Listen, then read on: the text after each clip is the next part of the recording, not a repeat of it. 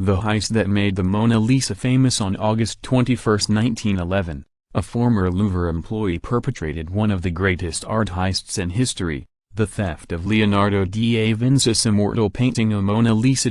Credit Stuart D. The theft of the Mona Lisa has been called the art heist of the century, but the caper itself was fairly rudimentary. On the evening of Sunday, August 20, 1911, a small, mustachioed man entered the Louvre Museum in Paris and made his way to the Salon car, where the Da Vinci painting was housed alongside several other masterworks. Security in the museum was lax, so the man found it easy to stow away inside a storage closet. He remained hidden there until the following morning, when the Louvre was closed and foot traffic was light. At around 7:15 a.m., he emerged clad in a white apron, the same garment worn by the museum's employees. After checking to see if the coast was clear, the thief strode up to the Mona Lisa, plucked it off the wall and carried it to a nearby service stairwell, where he removed its wooden canvas from a protective glass frame. The lone hitch in the thief's plan came when he tried to exit the stairwell into a courtyard. Finding the door locked,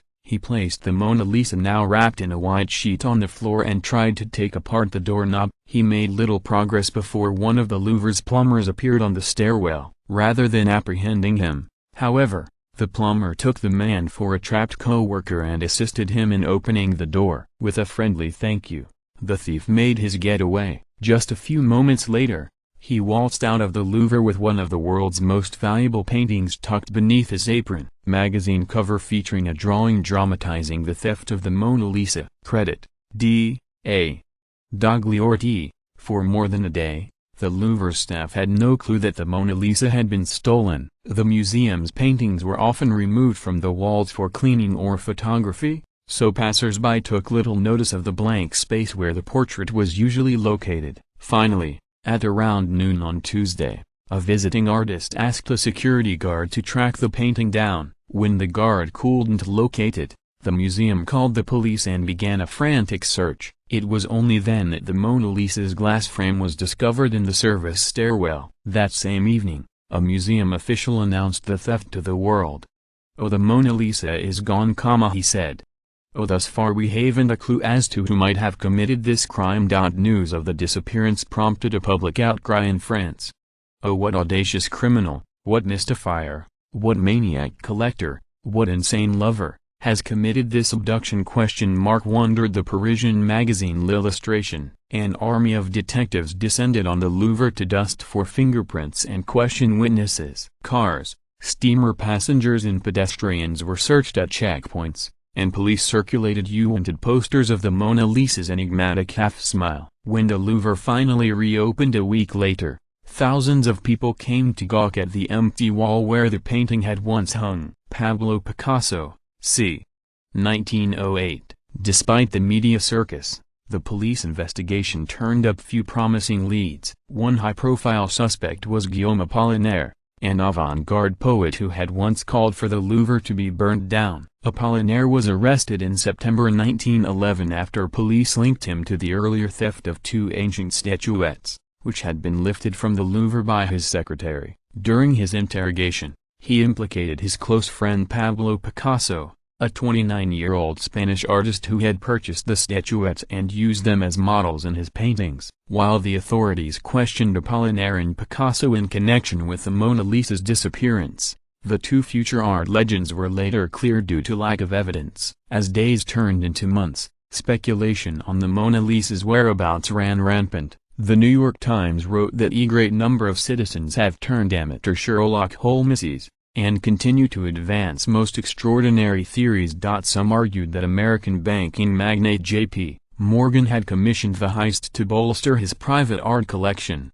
Still others believed the Germans had masterminded it to disgrace the French. Alleged sightings filtered in from such far-off locales as Brazil, Russia and Japan, but more than 2 years eventually passed without a break in the case. Many began to believe that Da Vinci's 400-year-old masterpiece was lost for good. Vincenzo Peruggia, the man who stole the Mona Lisa. Unbeknownst to police, however, the Mona Lisa was still in France. In fact, from the day that it was stolen, it had languished in a one-room apartment on the outskirts of Paris. Its thief was Vincenzo Peruggia, an Italian immigrant who had once worked at the Louvre as a handyman. He had even helped construct the Mona Lisa's protective frame. After making off with the painting in August 1911, the 29-year-old had stashed it in his home in a wood trunk with a false bottom. As a former Louvre employee, he was questioned about the theft on 2 separate occasions, but police never considered him a serious suspect. Perugia kept the Mona Lisa hidden for 2 years while he waited for the heat to die down.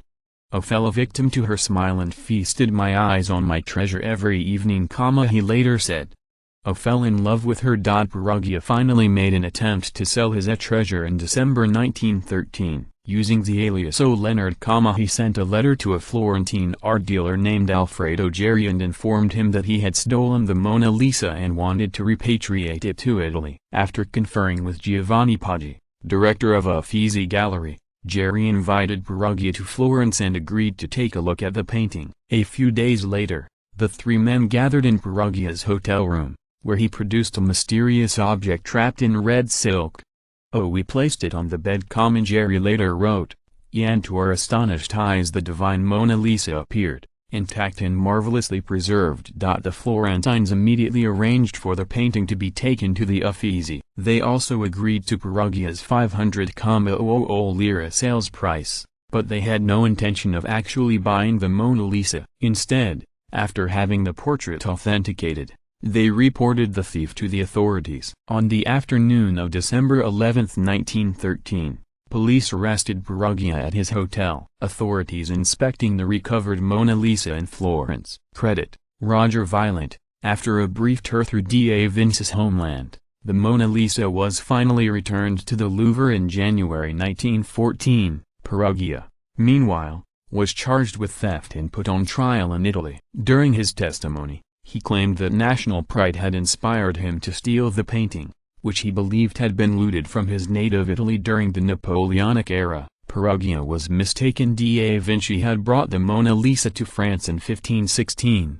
and King François I had later purchased it legally, but the patriotic defense won him legions of admirers. Even after the prosecution presented evidence that he planned to shop the painting around to art dealers and sell it for profit, many Italians still considered him a national hero. In the end, he was sentenced to 1 year and 15 days in prison, but served just 7 months before winning his release on appeal. He later fought in the Italian army during World War I before returning to Paris, where he died in 1947. While Perugia was eventually forgotten, his daring heist only made the Mona Lisa more famous. At least 120,000 people went to see the painting in the first 2 days after it was returned to the Louvre. Art lovers and critics launched into fresh speculation about its subject's mysterious smile, and it was referenced in countless cartoons, advertisements, parodies, postcards and songs.